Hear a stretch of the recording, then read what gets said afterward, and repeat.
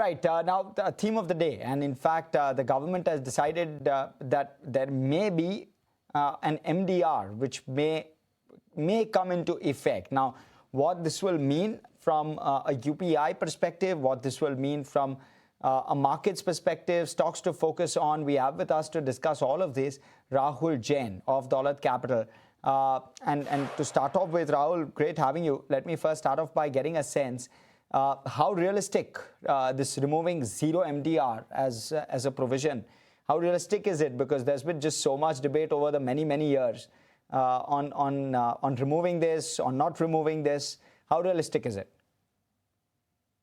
Yeah, I think the entire thought process that why it can be a practical possibility came when last year they decided that instead of paying UPI incentive for the entire volume of UPI that happens here, there was a circular that came in wherein it would be paying only for small merchant less than 2000 rupees kind of a transaction at a 15 paisa incentive on such transaction, while there is an absence of view in terms of what happens to larger merchant.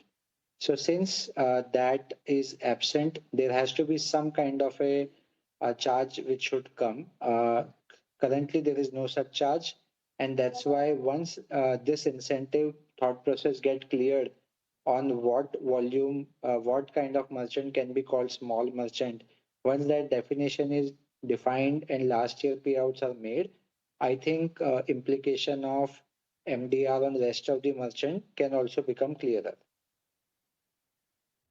Got that, Rahul. Meryl D'Souza here also joining in. I want to understand that, well, the government has said that customers won't be charged, but if the merchants do start paying this MDR, could that eventually get passed on? Yeah, I mean, even if we take the past take rate as a benchmark for a potential MDR, which used to be 30 paisa before it was made zero, it still will be one of the cheapest way a merchant get discounted for any other instrument. If you know, credit card are charged at a much higher rate, anywhere between 1.5 to 3%, depending upon which network, which card, and stuff like that. And similarly, there are fixed charges if you are using other instrument. Even wallets are charged upwards of 1% interchange. So basically, 30 paisa is what we could see on the higher side, 30 bips.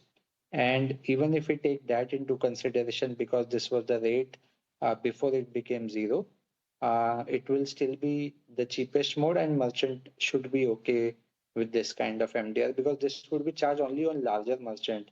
So the large merchant definition could be around, let's say, 1 crore of annual turnover. So it won't be a significant dent in our understanding.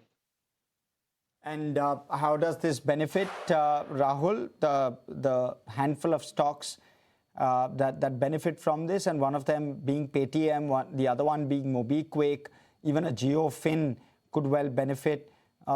How large, how meaningful could the benefit be at the very minimum from the most conservative lens?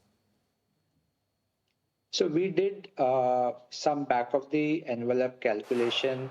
Of course, we don't know what could be the threshold for the merchant in terms of sizing. We don't know what is the take rate which could be deployed.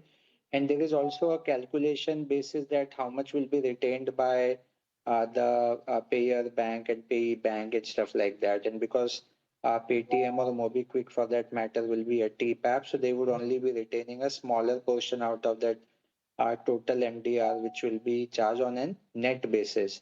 So even taking all the conservative thought process, our calculations suggest it would add roughly 3 to 4 billion in terms of the net gain out of this. And if we benchmark it, the incentive in the past used to be around 100 odd crore at its peak. So versus 100 crore incentive in the past, and this could go all the way to 3 to 400 crore in terms of actual MDR being collected, and this can compound at least 20%, as has been the case on the P2M volume growth, which hovers between 20-25% YOY. That would be substantial for someone like Paytm, right? Because that will come straight to the bottom line. There's no real cost involved there. Yeah, so if we look at hypothetically this getting implemented, even let's say next year, this would mean closer to 20% kind of an uptick on our estimate, on our current profit estimate. It could lead to closer to 20-25% jump in our PPT assumption.